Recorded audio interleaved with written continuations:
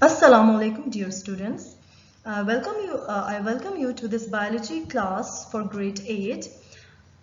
We are going to start with our next lecture from chapter number 1, that is Introduction to Biology. This is your teacher, Mrs. Aisha Khan from SLS Montessori and High School. Well, in lecture number 2, open page number 7 in your books. We are going to learn about the different levels of organization of life. Next, some important definitions will be learned at the end with the examples from within the topic. So in this topic, we are actually going to start with the different levels of organization of life, starting from the lower level towards the upper level. All right, so let's start with our topic, that is levels of organization. Now, why these levels of organization of life were studied by the biologists? So in order to understand the various phenomena of life, the biologists studied the life at different levels. All right, so let's start with the lower level of organization of life, that is subatomic and atomic level. Now, you know what is an atom. Atom is actually the part of a matter. All types of matter in this universe are made up of atoms or elements. An element is a substance which is made up of only one type of atom, and it cannot be divided further, just like an atom. So if we see or study the structure of the atom, an atom is actually made up of subatomic particles. There are many subatomic particles in an atom, but the most stable ones are three, which are protons and neutrons present inside the nucleus of an atom, and the electrons which revolve around the nucleus in different energy levels. And the number of electrons in the outermost shell or energy levels actually determine the manner in which the atoms are going to react with each other in the future. So now as we have learned about the atom or an element, so if we study the living organisms or their living bodies, the living bodies are also made up of 16 bioelements. Why we call it bioelements? Because they are found inside the living bodies, the living organisms. In nature, there are almost 92 kinds of different elements, and out of those 92 kinds of elements, the 16 of them are called the bioelements, which are found in the living bodies. So these bioelements are actually total in 16 in number, but 6 of them, which are oxygen, carbon, hydrogen, nitrogen, calcium and phosphorus. These 6 bioelements make 99% of the total body mass, which means they are present in large amount in the living bodies, as we can see in the diagram on page number 8. And in this diagram I have given you on this slide, the percentage of these bioelements are given in the living organisms, their protoplasm actually. Oxygen is 65%, carbon is 18%, hydrogen 10%, nitrogen almost 3%, calcium 2%, phosphorus 1%. So these are the major elements, which are bioelements, which are present or found in the living bodies. The other 10, that is potassium, sulfur, chlorine, sodium, magnesium, iron, copper, manganese, zinc and iodine. These 10 bioelements are those which make only 1% of the total body mass of the living organisms, and they are present also in trace amounts inside the living bodies. So this was all about the atomic and subatomic level. Now when these elements, they combine together, they form the next level of organization, that is the molecular level. Now what is a molecule? Molecule is actually the smallest part of a compound that retains the properties of that compound. Inside box, this definition is given. You have to mark it and write a question on it. Define molecule. In organisms, you know, bioelements are present, and these bioelements do not occur in isolated form. They are always present in combined form, and they combine through ionic or covalent bonding. So the stable particles formed by the bonding of the bioelements are known as biomolecules. Alright, so molecules in living organisms are called biomolecules, and the biomolecules are actually combined with the help of some bonding forces. And if we study about the classification of the biomolecules, biomolecules are classified into two main types, that are macromolecules and micromolecules. These biomolecules are classified on the basis of their size and the molecular weight. Micro, as the word means small, so micromolecules are those which are smaller in size and have low molecular weight, like for example glucose, and whereas macromolecules are larger in size and have high molecular weight, like for example starch. So this was all about the biomolecules and their types. Now when these biomolecules, they combine or assemble together, they form the next level of organization, that is organelle and cell level. Now biomolecules assemble in different ways or particular ways to form the subcellular structures, those which are called as organelles. Like for example, there are different types of organelles present inside the cells, and like mitochondria, ribosomes, endoplasmic reticulum, Golgi apparatus, etc. So these are the organelles which are formed from the biomolecules, and these organelles are specialized to perform their specific functions. Like for example, mitochondria is specific for performing the cellular respiration, and ribosomes are concerned only with protein synthesis. And this is how there is a division of labor inside the cell, because each organelle performs its own specific function, which becomes the function of the whole cell. So when these organelles, they combine together, they form the unit of life that is called as cell. So cell is the smallest unit of life, and it is also specialized to perform certain specific functions. For example, there are different types of cells found in our bodies, like muscle cells, bone cells, nerve cells, etc. And these all types of cells perform their own specific function. Like muscle cells perform the function of contractions, bone cells perform the function of providing support to the body of the organisms. Nerve cells, like for example, they're specific to carry the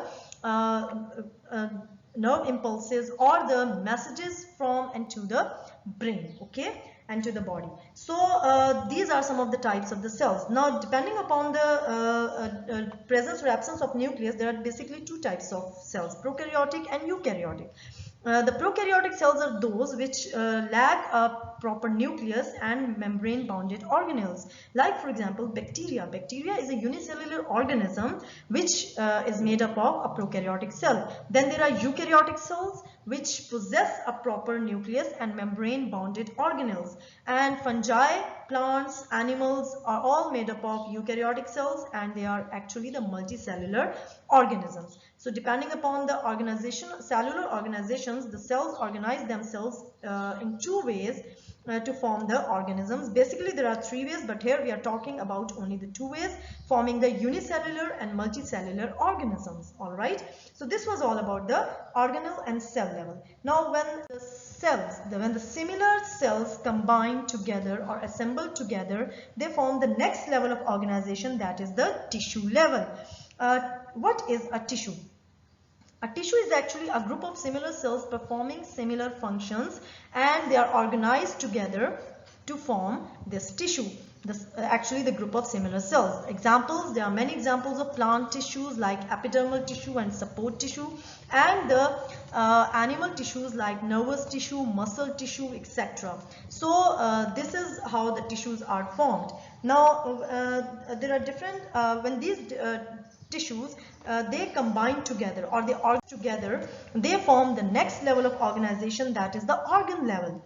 Now, what is an organ? You know, tissues, organs, and organ systems, they are mostly present in higher multicellular organisms, not found in unicellular organisms, because that only possess a single cell. So, tissues are formed by the combination of many cells, and similarly, tissues combine together to form the organs.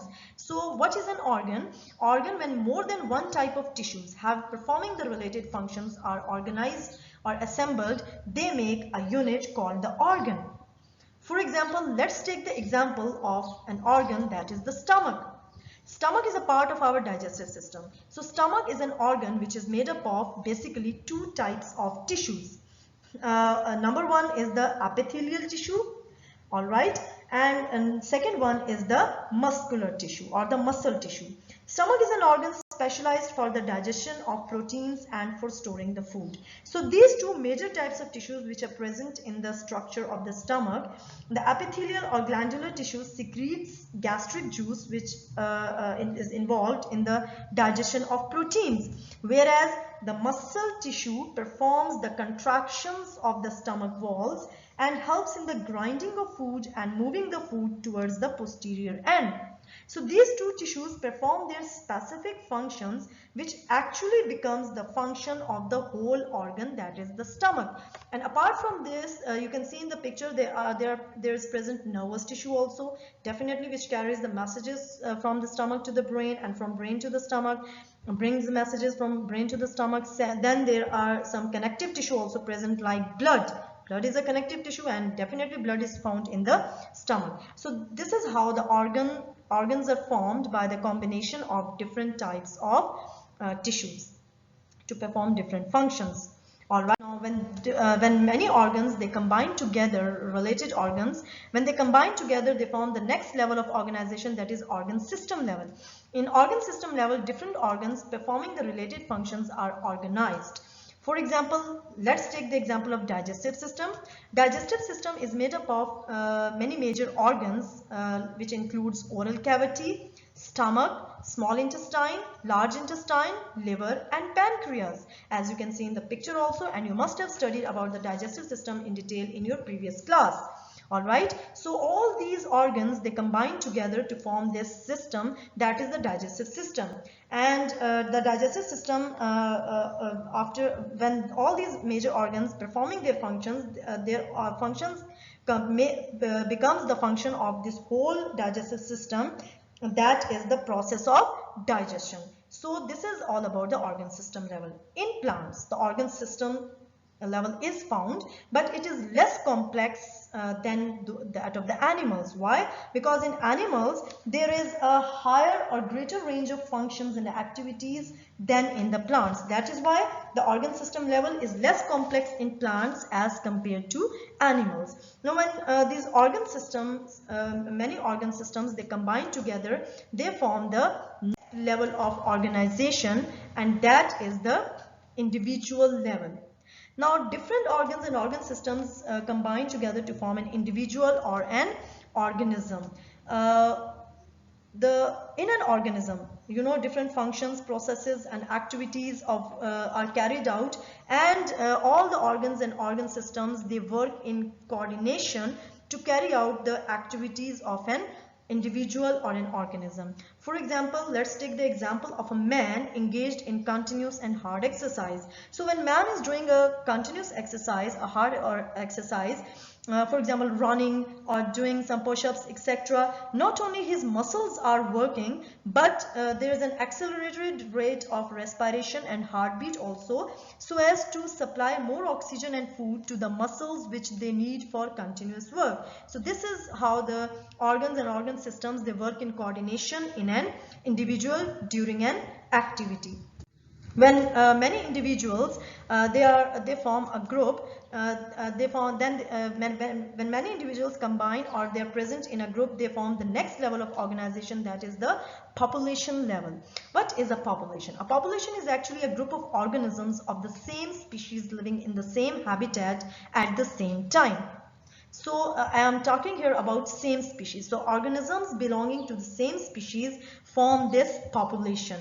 For example, let's take the example of the population of Pakistan. Human population in Pakistan in 2010 comprises of 173.5 million individuals. So here we are talking about the human population, which comprises of the organisms belonging to the same species, that is Homo sapiens.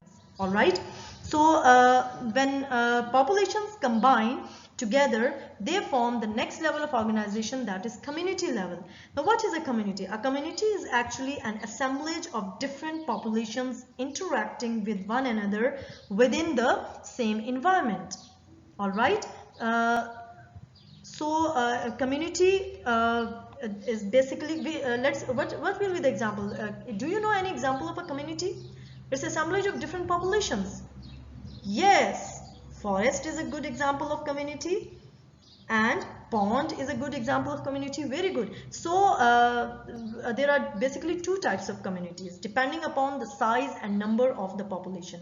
First one is the simple community, in which the number and size of population is limited. For example, let's take the example of a fallen log, or you can take the example of a piece of brick with various populations living under it. So the number and size of the population is very small because a few smaller insects or microorganisms would be present under that piece of log, or that piece of the brick. So it's an example of simple community. The other type of community is the complex community. Complex community is that one in which the number and size of population is unlimited. For example, a forest community, a pond community. For example, in the pond, in the picture you can see there are different types of water animals living together in this pond, like including turtles, fishes, different types of fishes, then plants, algae, etc. are also living here together, and then unicellular organisms, or like amoeba, paramecium, etc. live together here in this pond community,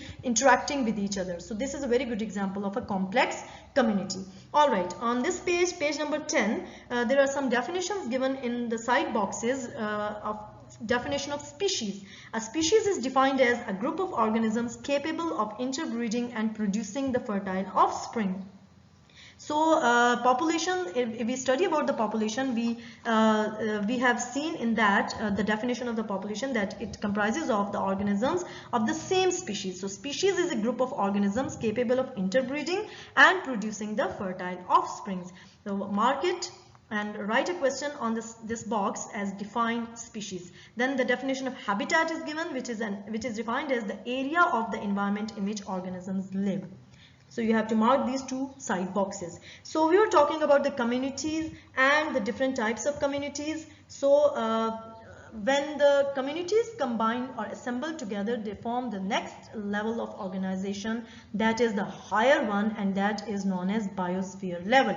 What is biosphere? You know, our earth has four types of, it is divided into four parts: the troposphere, lithosphere, stratosphere, and the biosphere. So biosphere is that part of the earth which is inhabited by the living organisms, as bio means life.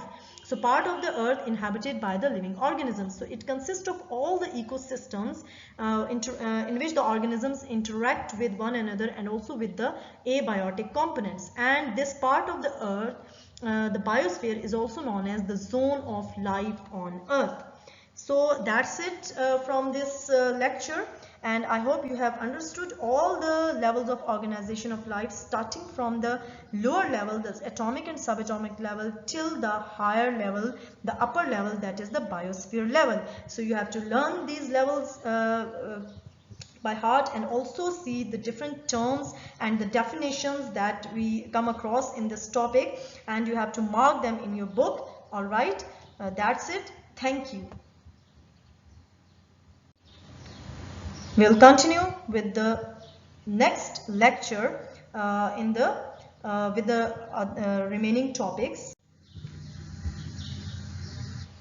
Thank you, and Allah Hafiz.